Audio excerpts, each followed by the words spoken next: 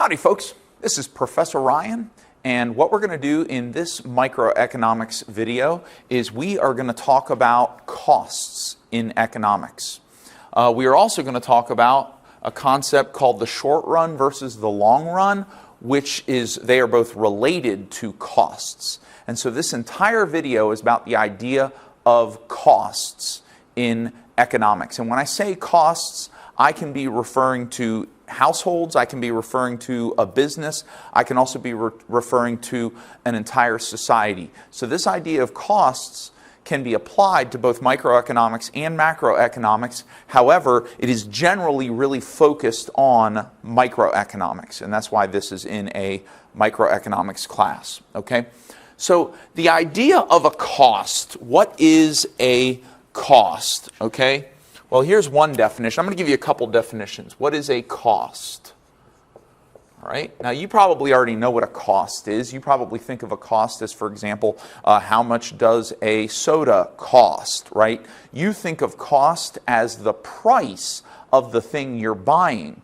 But the reason you think of cost as the price of the thing you're buying is because that's how much you have to pay out to get it. But on the business side, they don't think of price as a cost. They think of price as something that they are getting because they're the receivers of the money. And therefore, you don't want to mix up cost and price. Cost and price are not the same thing in microeconomics. Okay? We want a generic term or generic idea that includes the money that you give up when you buy something, but it also has to include, for example, what is the cost of you going to the store? Well, you have to give up some time, right? You have to get in the car, you have to use up some gas in your car to drive to the store. Then you have to go in the store. Let's say that you might have to, maybe you had to change your clothes, or you had to, put on makeup or do your hair because you didn't want to go out into public looking like you had just woken up. And therefore, there was the time, and then there was the clothing that you used, and then the makeup that you used, or the hairspray or whatever. All that stuff you used up. Why? So that you could go to the store, buy a soda, buy a bag of chips, and then come back home.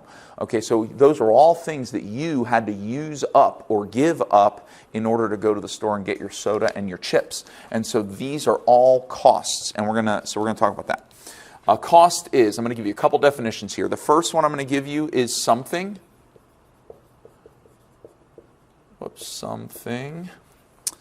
that is given up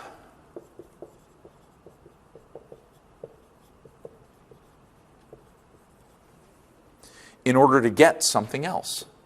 In order to get something else.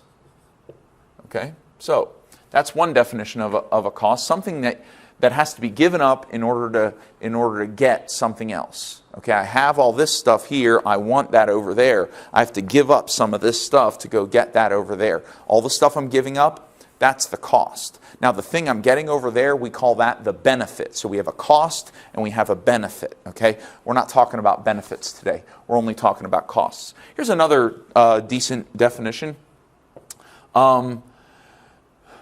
A sacrifice to achieve a goal. So a cost is a sacrifice in order to achieve a goal. Okay, so let's say you have the goal to get a degree in business or a goal to get a degree in economics, and so you're going to give up money, time, and you're going to give up the opportunity to go start a career. You're going to give up a whole bunch of stuff to achieve that goal. You might even give up getting married to somebody or having children because you have a goal that you want to achieve. Okay? So you are giving something up in order to achieve a goal. That's what a cost is. Okay? So keep that in mind. Now we're going to talk about basically 5 different kinds of costs, but 2 of them go together. We're going to discuss the idea of implicit versus explicit costs, opportunity costs, transaction costs, and what are called sunk costs. So let's talk about each one of those right now. Okay? All right. Now these are especially important in microeconomics. Okay, so we're going to talk about an explicit versus an implicit cost versus an implicit cost. Okay, explicit costs are costs that involve expenditure of money. You are expenditure of money. Explicit costs, they have a dollar sign attached to them, or a euro sign or a yen sign, some kind of, they are actual number values of money that you spent. So you go to the store and you paid $3 to get your soda and your chips. The explicit cost of going to the store was $3. Okay. Let's see here. Examples in a business: payroll costs are explicit costs. Taxes, rent, advertising money that's spent. Okay, all those things in a business are explicit costs. For you, the money that you pay monthly for your car or your insurance, money you pay out for the gas for your car, the money you pay for your food or your rent, those are all explicit costs. Implicit costs are costs not involving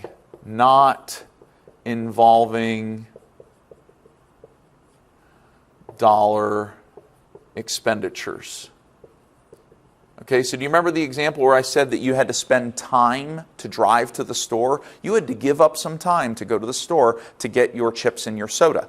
That time that you gave up, that is an implicit cost. Now, I know that people say that time is money, and that is true. However, the time that you spent to go to the store hadn't yet had the opportunity to get converted into money, so it is an implicit cost. Now, you can put a dollar value on implicit costs. If you had to clock out from work to drive over to the store and buy your stuff, come back and clock back in, and during that time you missed a half an hour of work and you get paid $10 an hour, then you had to give up $5 in implicit costs to go to the store and buy the soda and the chips. Okay, so it's just not worth it. Don't clock out. Wait until the end of work, then go get your chips and soda. Okay, and don't drive over to the store while you're on the clock. That's not okay either. That's a principal agent problem issue. Okay, you're at work to produce. You're not at work to get utility. Okay, so even if you do get utility, that's fine. But you're at work to produce, not to get utility. All right. So now,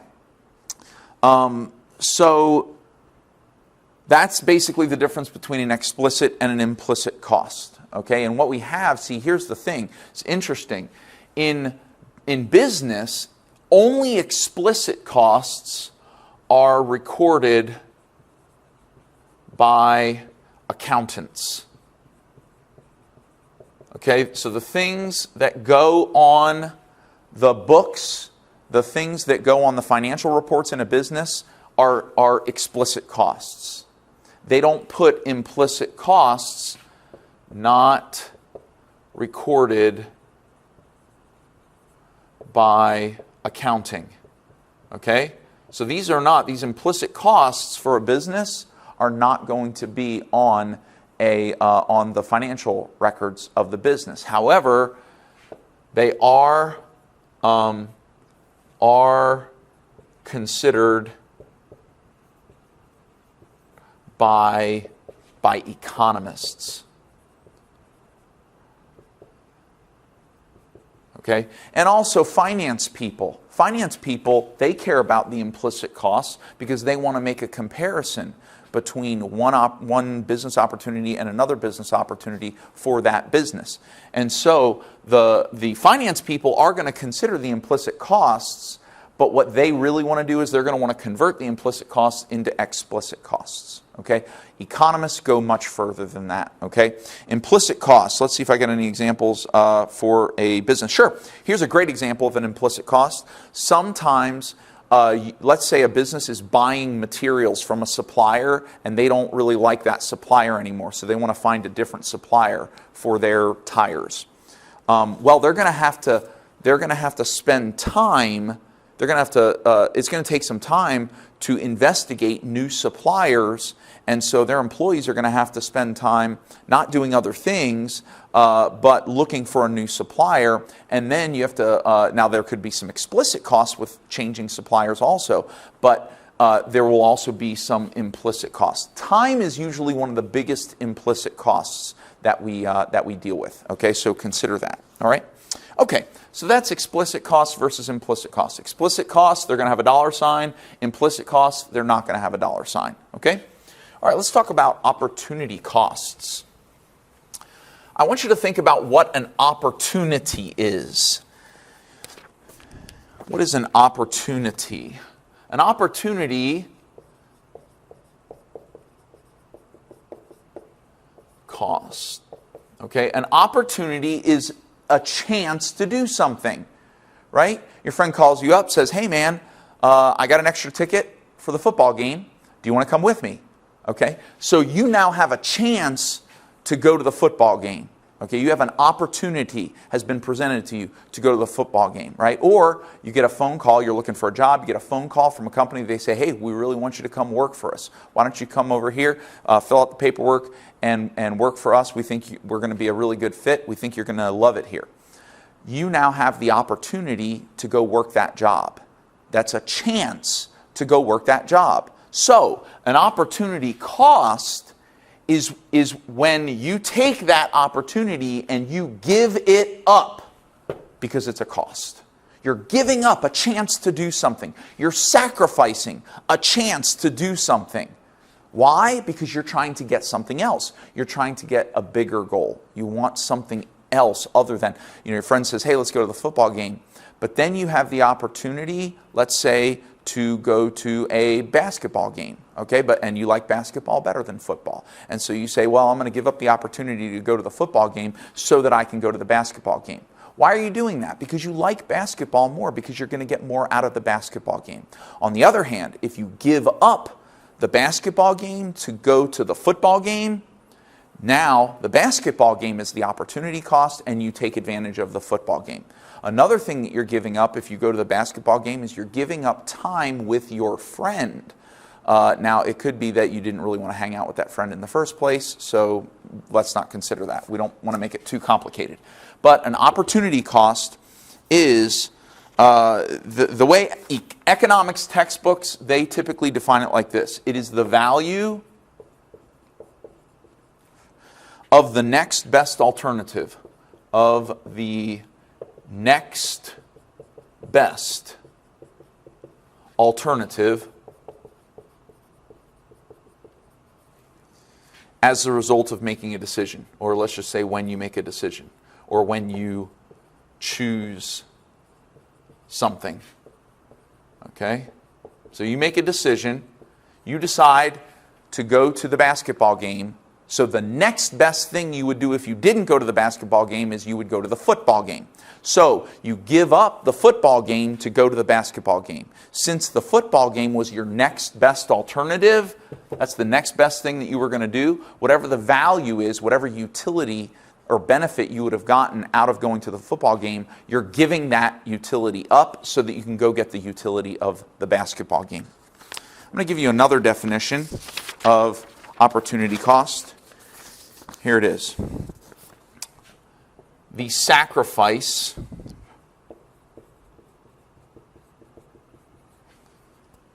or loss of a favorable...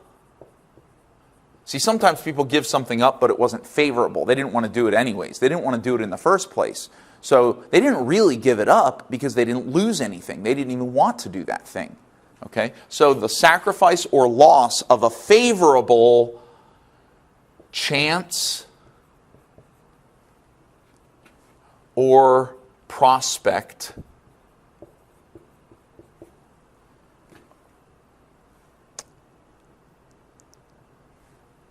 in order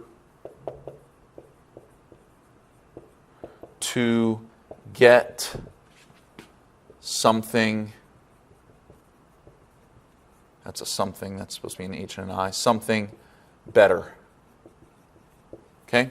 So it's the sacrifice or loss of a favorable chance or prospect in order to get something better. I don't want the football game, I want the basketball game. So I'm going to give up something good. I'm giving up something good for something better. That's an opportunity cost. Okay? All right.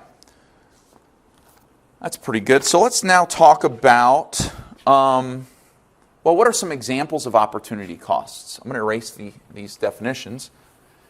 And now let's look at what are some examples of opportunity costs. Let's see here. All right, let's say that you want to buy some stock, okay? And you can invest in Johnson & Johnson, okay?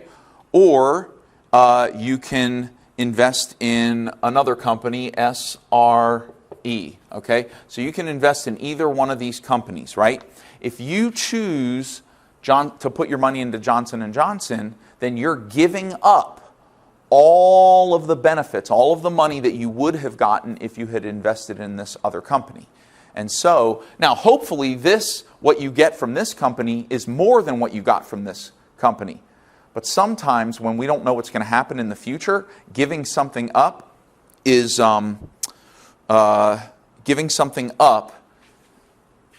meaning you might get less than what you would have gotten. You give up something that in the future is worth more. But right now you don't know that it's worth more. I'll give you a personal example. I play a geeky card game. And in that geeky card game, some of the cards that you collect when you open the product are worth more money than other cards, you know? And so those cards, sometimes you can sell them to other people. Some people are willing to pay money. Well, I recently acquired a card by chance that was worth about $35. And I decided to sell the card on the internet to somebody across the country, and they paid me $35 and I sent them the card. And so I'm glad that I have $35. The opportunity cost was I had to give up the card. I can't keep the card and get the $35. But to me, the $35 was better than the card because I don't want to do anything with the card. I don't even want that card. Now, if I could have both, if I could have the card and the $35, I'll definitely do that, but I can't have both. I have to give something up. I either have to not get the $35 and keep the card, or I have to give up the card and get the $35. Now, here's the other thing. It's possible that in a month, that card will be worth $70. And so I lost $70 as well. But I don't know that right now. And so I shouldn't make the decision on a what could be, unless I have good information about what's going to happen in the future. But right now, I would rather have the $35 than the card.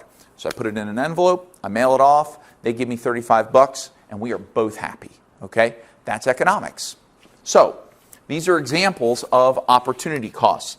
Another great example of an opportunity cost is, let's say a friend comes to you and says, hey, let's go to lunch. And you say, okay, let's go to lunch. Where should we go? And you narrow it down to two choices. We are either going to Chili's or we're going to Taco Bell. And now for some of you that may be a no-brainer, but let's just say that those are your choices, Chili's or Taco Bell. You can only have lunch one time. I mean, you could have two lunches that day, but that has its own issues of opportunity costs. But let's assume that everybody's only having lunch once a day. And so you have to give up the opportunity to go to Chili's if you decide to go to Taco Bell. Or you have to give up the opportunity to go to Taco Bell if you want to go to Chili's. You have to give up a chance to do something else in order to go do that thing. And hopefully you pick the one that is better. You're going to get married. Let's say you haven't met anybody yet, but you know there are a couple nice potential mates that you see. You haven't gotten into a relationship with either one, but you have a chance to pursue either one of them. I know they do it in the movies, but really, you know, you can only pursue one of them and get married to one of them. So you're going to have to decide. And so you're going to have to pick the one that you think you're going to get the most benefit from and then let the other one go.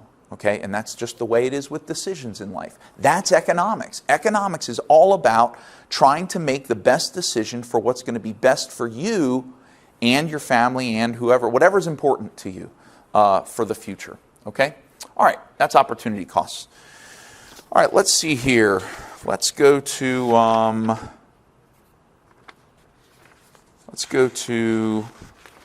transaction costs. Okay? All right. What is a transaction cost? A transaction cost is a cost incurred, okay, in the process of making an exchange or a transaction. Transaction cost. Additional costs incurred, meaning you had to pay out more costs to gain or to accomplish it, let's say to accomplish something else, to accomplish some other benefit like a purchase. Great example of a transaction cost is when you buy something on Amazon and they charge you a shipping fee. The thing you bought was $30, but they're going to charge you a $2 shipping fee to mail it to you. The $2 shipping fee, now that's an explicit cost because it's dollars, that is a transaction cost. The $30 you paid, that was for the thing you're buying. That's not a transaction cost. Additionally, let's say you could have bought the same thing today down the street at the store for $45, but you're like, I want to buy it on Amazon for only $30. Even though it's $2 shipping, it's still less than the $45. So, but you can have it right now if you buy it for $45 at the store. You have to wait 2 days, maybe 3 days from Amazon to get your stuff. The 2 or 3 days that you have to wait is a transaction cost. It's an additional cost because you're making a purchase, because you're trying to get some other benefit. You're trying to get that object from Amazon, and so you have to wait, and that's a cost. Now, what kind of cost is it? It's an implicit cost. The time you have to wait for the thing to come in the mail, that is an implicit transaction cost, where the shipping fee was an explicit transaction cost. Additionally, when we go to the store and buy things, we oftentimes have to pay sales tax on the things that we buy.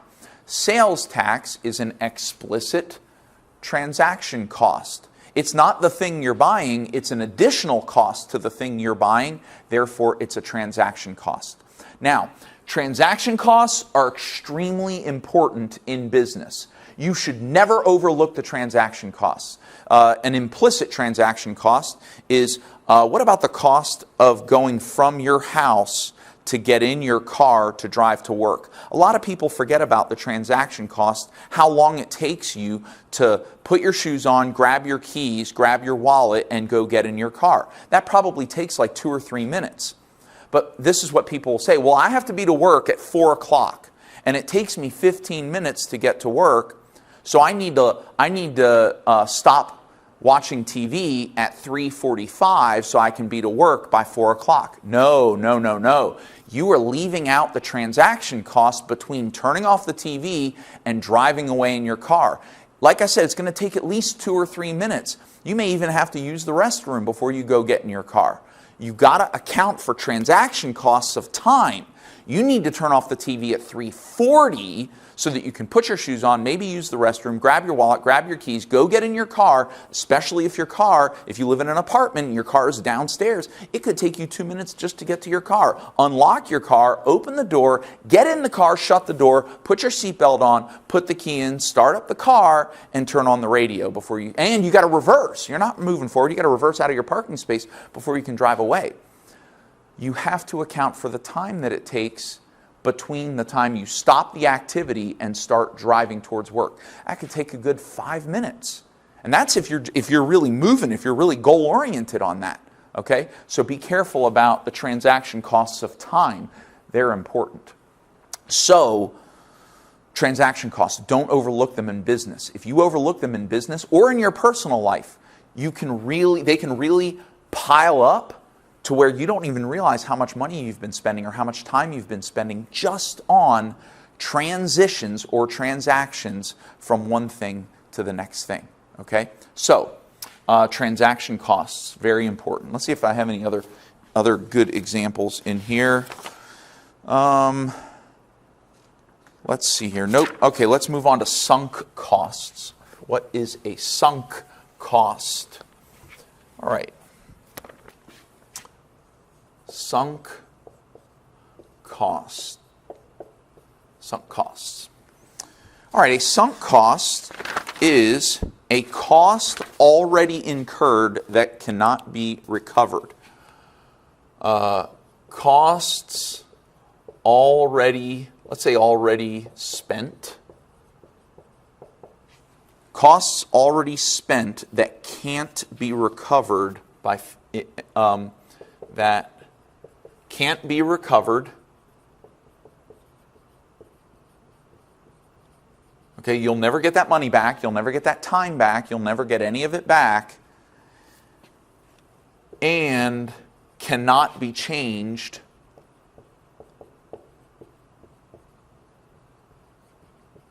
by future decisions. All right? Can't be changed by future decisions. And they can be either implicit or explicit.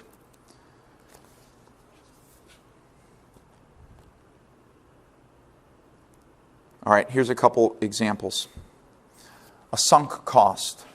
Let's say that you have the opportunity to invest in a business, but the person who's giving you the business opportunity tells you that you need to hand them $10,000 so that they won't offer the business opportunity to someone else. Okay, so if you're thinking about it, they say, look, if you give me $10,000, then you can go think about it, and then if you like it, you do it. If you don't like it, I keep the $10,000 and you go do something else. But they say, look, I can't hold off this opportunity. If someone else comes to me and you don't give me the deposit, I can't hold off for you. So you hand them the $10,000, and then you look into the business opportunity a little bit more, and you find that it's not a good idea, that you should not go into business. Or it's just not good for you. Maybe it's a great business opportunity, but it's not good for you. You have lost that $10,000. What a lot of people will do at this point is say, well, I know it's a bad business idea. I know that I shouldn't do it, but I already gave $10,000. So I already made the commitment. And then what they'll do is they'll allow that cost, that deposit, they'll allow that sunk cost to influence their decision. And that's the main thing you need to understand, is that sunk costs should never be considered when making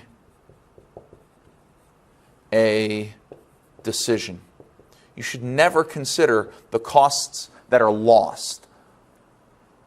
Lost cost, that's what it is. A sunk cost is a lost cost. Here's another example. Let's say that you spend a bunch of time. Let's say you spend months, no, well, not months straight, but you spend a lot of time over a few months planning a big vacation, okay, let's say for your family. And let's say that you spend $3,000 paying for airplane tickets and hotel rooms and tickets to go to some amusement park, right?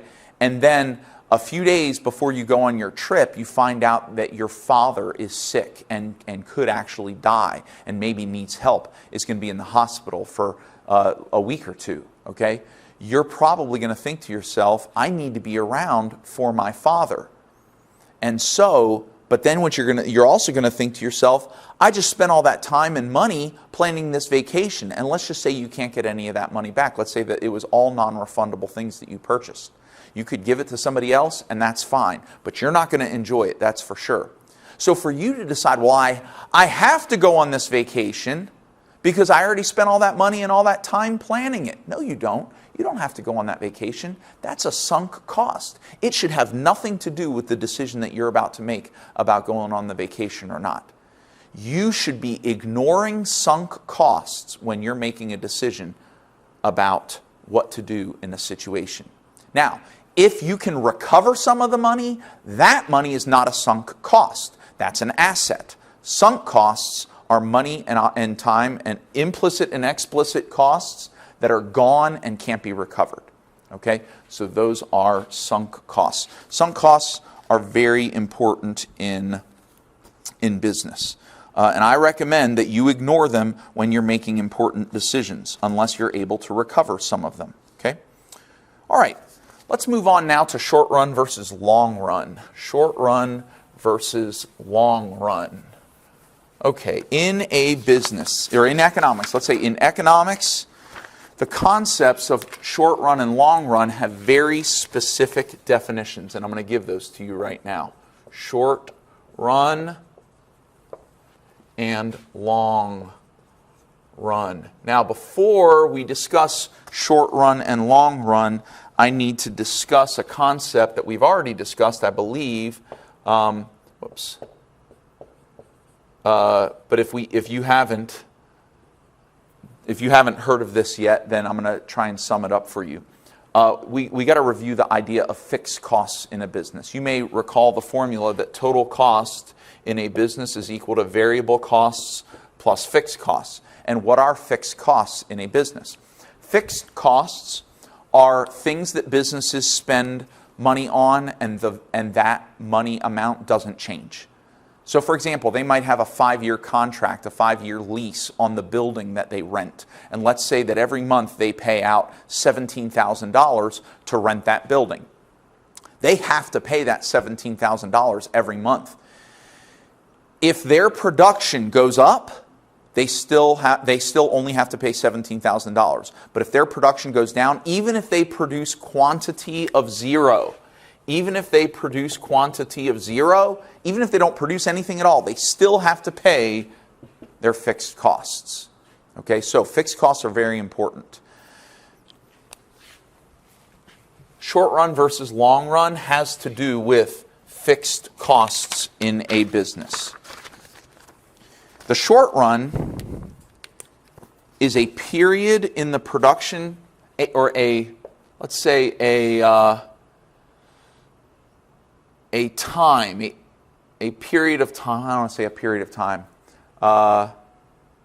Just say a period, meaning speaking of time, in which, so this is for a business, a period in which fixed factors of production, or let's say fixed costs, cannot be changed. It's a period of time in which fixed costs cannot be changed. Now I've got a technical definition, a time period in the production process during which fixed factors of production cannot be changed, but the level of utilization of variable factors can be altered. So fixed costs can't be changed, but variable costs can be altered. Okay, so you can change your variable costs, but you can't change your fixed costs. So you're in the middle of a lease. You've got a 5-year lease. It's been 2 years. You still have to pay the $17,000 a month. You are in the short run. And so you're going to make all your decisions based on the fact that you have to pay that $17,000 a month out. Let's say you also have payments on, let's say, 5 trucks for your business, and you have to pay out $1,000 a month on each truck. So now you're up to $23,000 in fixed costs, and you probably have lots of other fixed costs. While you're in the middle, while you're still having to pay those things on those contracts, you are in the short run, and the only costs that you can change are your variable costs. Now, that's the short run. So you can't change where you're going to do business. You're renting that building. You are stuck in that building in the short run. Now, the long run is a time period, a period in which there are no fixed costs, or the business does not have any fixed costs. All costs are variable. All costs are variable. All costs are variable in the short run. Okay? So, in the long run, a business can move from one building that they've been renting for 5 years. They can move from that building over to another building, a larger building or a smaller building. They can sell their trucks. They don't need the trucks anymore. They can change businesses. They can stop making jewelry and start making chairs. You can change anything in the long run. You can shut down your business in the country you're in and go to the next country over and start up business over there. You can change anything in the long run. But if you are in the short run, then you're stuck with the fixed costs that you have, and you have to pay out the fixed costs that you have. Okay? So that's the difference between the short run and the long run. It has everything to do with the business's situation of fixed costs. Okay? So here's an example. I used to own a business. It was a massage therapy clinic. It was a franchise. You may have heard of it. It's called Massage Envy. Okay, there's, I don't know, hundreds of them across the country. There's several. I live near Atlanta here. There's several of them in Atlanta. Well, I used to own one of a Massage Envy franchise. And when we built the clinic, when we built it brand new, we rented a space and we built a clinic that had 12 massage tables. Now, I employed 17 massage therapists, and they would work at those 12 tables at different times.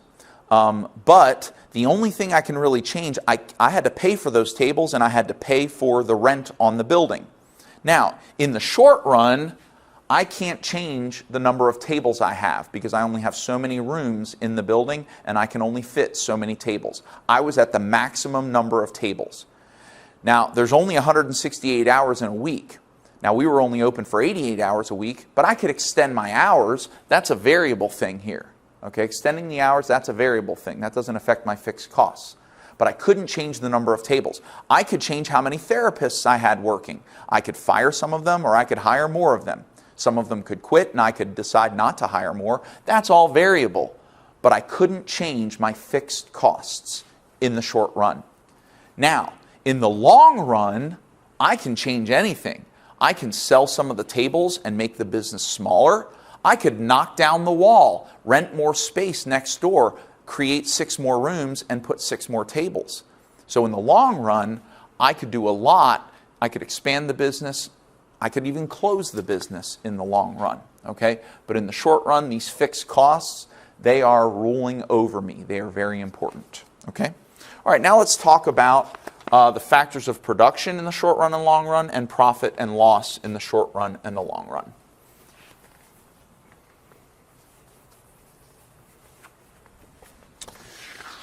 All right, let's see here.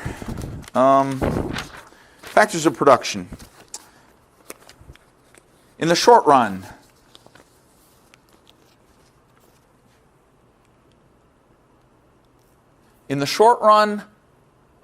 factors with long-term contracts cannot be changed. Cannot be changed. But factors with short contracts can be changed. Okay? Because let's say that I have a contract with a company for only 3 months or 4 months. Okay, that's not too terribly long. I mean, I'm technically under contract and I can't change that thing in those couple months. But factors of production with long-term contracts, like if I have a lease on a truck for 5 years, then I have to maintain that lease for the 5 years. I'm under a 5-year contract. Okay? But in the long run, all factors can be changed. Now, when I say changing factors, what I mean is, for example, like selling some of them off or something like that. Okay, I can't sell off trucks if I have, well, I can't.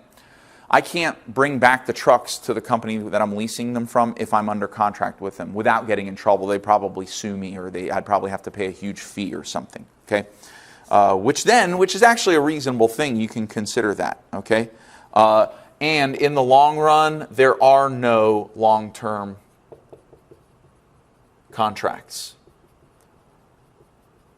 When you're in the long run, you're not dealing with long-term contracts. You're not under any contracts if you're in the long run. But if you are under some long-term contracts, you are definitely in the short run.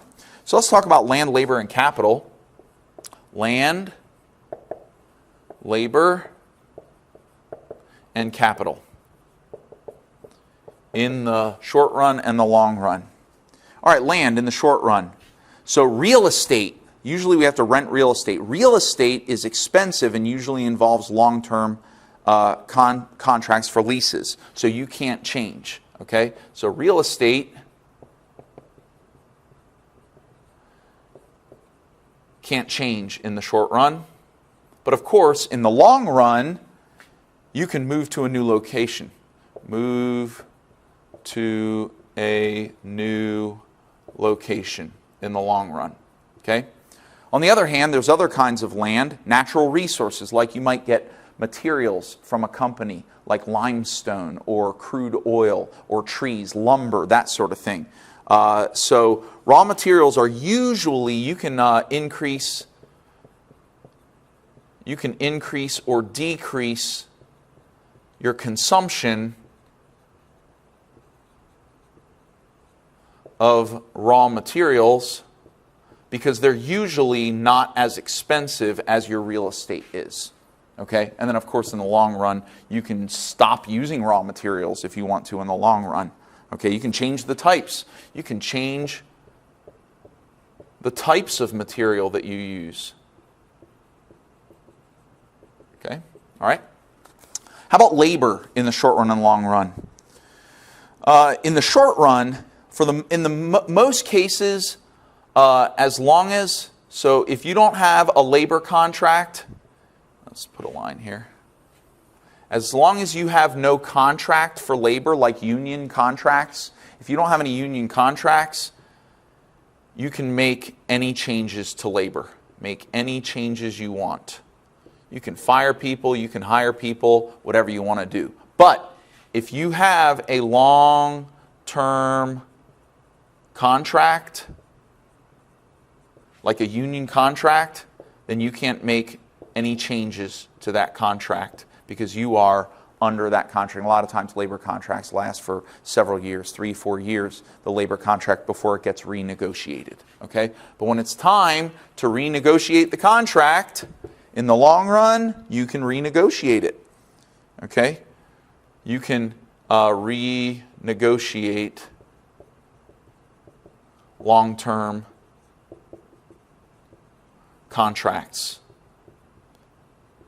long-term labor contracts, okay? And when I say labor contracts, what I mean is some businesses have an agreement with all their employees. Hey, we promise we're going to pay you a certain amount of money. We promise we're going to give you certain benefits. We'll write it down. We'll promise it for 5 years. After the 5 years is up, they don't have to hold to that promise anymore, okay? All right, and then now we'll talk about capital. Capital, there's two kinds of capital that we're dealing with, okay? We've got stuff like, we've got large capital. So let's say large, let's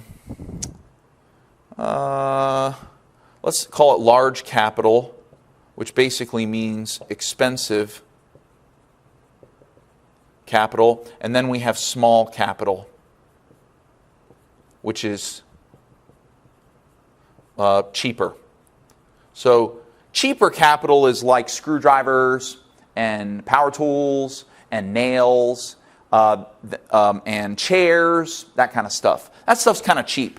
This small capital stuff, that can be changed, okay? So where am I at here? Parts, most are very expensive. Okay, so these things are variable in the short run. But large capital, that's your rent on your building, your trucks, factories, whole computer networks, robotic systems in a production plant. These things cost hundreds of thousands or millions of dollars to buy. that kind of stuff, that's large capital. That's really expensive. That is fixed in the short run. Okay? So large capital is fixed in the short run. Small capital stuff like screwdrivers and I don't know, and desks and laptop, maybe one laptop computer, all that's variable in the short run. Okay? In the long run, every type of capital can be bought and sold in the long run. You can sell your $17 million factory. You know, gosh, this thing is outfitted with robotics. It's got, it's 3 floors. It's got a whole bunch of offices. You can employ 1,000 people in here, but it's for sale. You can buy it and produce something else. We're moving over somewhere else. We're going to build a new factory over there. That is a long-run decision. In the long run, every single type of capital, large capital, small capital, it is all variable in the long run. Okay? Last thing we're going to talk about is profit and losses in the short run. I think I've only got a few minutes left. Long run, short run, profits and losses. Okay? I'll put profit over here and loss down here. Okay, so in the short run, losses can be endured.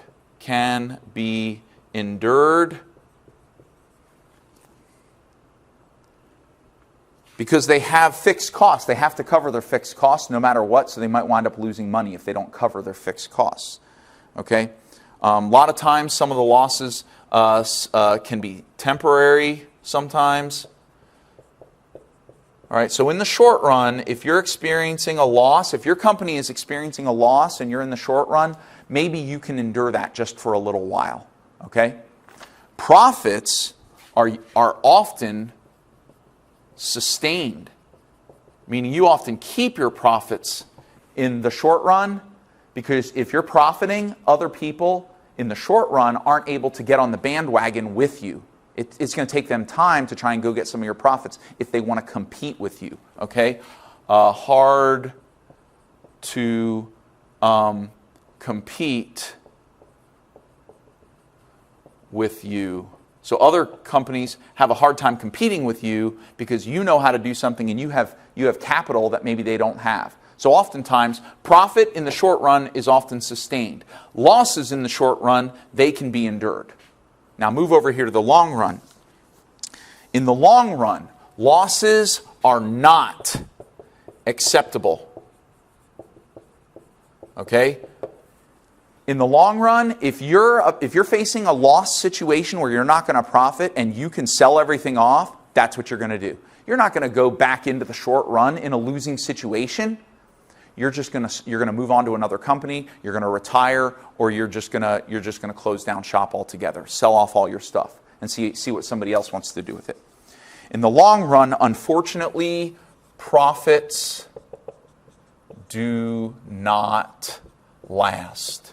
In the long run, profits usually don't last. Why? Because in the long run, another company can look over at you and say, hey, he's making a lot of money. Let's move into his business and let's do business. Let's get some of that profit for us. And so in the long run, you'll lose a lot of your profits because other businesses are moving in and they're doing the same thing that you're doing. Okay? All right, that's all I have to say about costs in the short run versus the long run. Let me know if you have any questions, and good luck.